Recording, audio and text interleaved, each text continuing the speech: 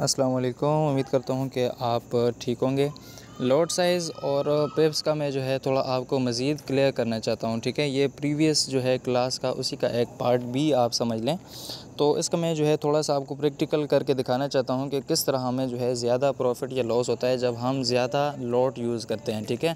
जितनी बड़ी आप लॉट यूज़ करेंगे उतना ही आपका रिस्क भी ज़्यादा होगा, उतना ज़्यादा प्रॉफिट लॉस आपको हो रहा होगा, ठीक है। ये बात आपने समझनी है। अच्छा जी, मैं अब आपको जो है प्रैक्टिकल जो है दिखाता हूँ आपको। ये हम आगे MT5 में, ठीक है। अच्छा, अभी मैं जब ट्रेड प्लेस करता हूँ, मैं सबसे पहले आपको 0.01 लॉट साइज़ से मैं इसको बाय करता हूँ, ठीक है। ये मैंने इसको 0.01 लॉट साइज़ से मैंने इसको बाय कर लिया, ठीक है। इसके बाद मैं इसको बाय करता हूँ 0.10 लॉट साइज़ के साथ, जो कि बड़ी है। इसको मैंने बाय कर लिया, ठीक है। ये मेरे पास 0.10 लॉट साइज़ के साथ बाय हो गया। इसके बाद जो है मैं इसको बाय कर लेता हूँ 1 लॉट साइज़ के साथ, जो सबसे बड़ी है, यानी स्टैंडर्ड लॉट साइज़ है। इसको मैं बाय कर लेता हूँ, ठीक है। अच्छा जी, अभी आ जाते हैं हमारा जो है ये ट्रेड वाला जो आइकन है, इस पर क्लिक करेंगे तो आपको अपनी ट्रेड्स की जो है पोजीशंस की सारा कुछ आपको पता चल जाएगा। ट्रेड पे मैंने क्लिक किया। अच्छा, इधर आप देख लें गौर से कि जो 0.01 लॉट साइज़ है, वो उसमें जब मार्केट मूवमेंट करती है तो उसमें जो है सबसे कम प्रॉफिट या लॉस या उसमें चेंज आ रहा है, ठीक है। इसी तरह आप 0.10 को देखें, इसमें क्या हो रहा है, ज़्यादा मूवमेंट, ज़्यादा जल्दी आपको ज़्यादा प्रॉफिट या लॉस हो रहा है, ठीक है। और सबसे नीचे जो स्टैंडर्ड लॉट साइज़ है 1, उसको देखें आप, बिल्कुल रेड है, यानी बहुत ज़्यादा आपको $46 जो है लॉस हो रहा है।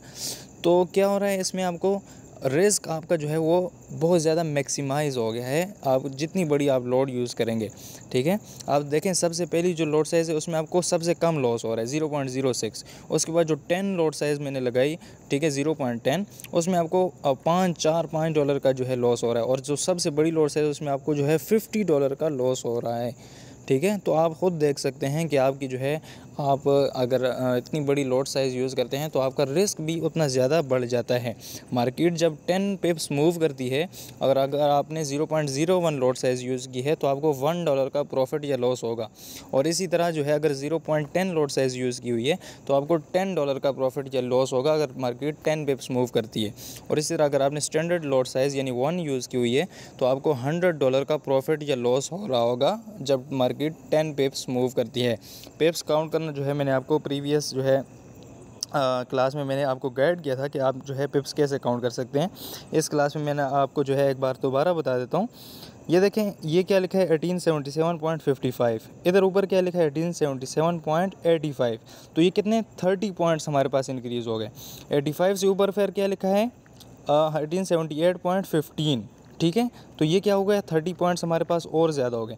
1878.45, इस तरह 75 और 79.05, ये 30 पॉइंट्स जो है आपके पास ऊपर जो है इंक्रीज़ हो रहे हैं। तो जब ये 100 पॉइंट्स पूरे हो जाते हैं तो आपका जो है, अगर आपने 0.01 लॉट साइज़ यूज़ की है तो आपको $1 का प्रॉफिट या लॉस हो रहा होता है, ठीक है। ये बात आपने याद रखनी है अपने साथ। तो ये सिंपल से मैंने आपको इक्वेशन बताई थी कि 100 points is equal to 10 pips. और 10 पिप्स का अगर आपने 0.01 लॉट साइज़ यूज़ की है तो आपको $1 का प्रॉफिट या लॉस होगा। इसी तरह अगर 0.10 लॉट साइज़ है तो $10 का प्रॉफिट या लॉस 10 पिप्स में। इसी तरह अगर 1 स्टैंडर्ड लॉट साइज़ है तो आपको $100 का प्रॉफिट या लॉस होगा 10 पिप्स में। तो बहुत ईजी, ये मैंने आपको एक रिमाइंड करने के लिए और आपको प्रैक्टिकल देखें मैंने दिखा दिया है कि ये किस तरह जो है हमें प्रॉफिट या लॉस दे सकती है। अभी देखें ये प्रॉफिट में जा रही है तो 0.01 जो लॉट है उससे सबसे कम प्रॉफिट हो रहा है, और 0.10 जो है उससे थोड़ा ज़्यादा प्रॉफिट हो रहा है, और 1 जो स्टैंडर्ड लॉट साइज़ है उससे जो है सबसे ज़्यादा उसमें प्रॉफिट हो रहा है। तो इसमें रिस्क बहुत ज़्यादा होता है, ठीक है, बहुत ज़्यादा हाई रिस्क होता है। उम्मीद करता हूँ कि आपको ये समझ आया होगा। Thank you.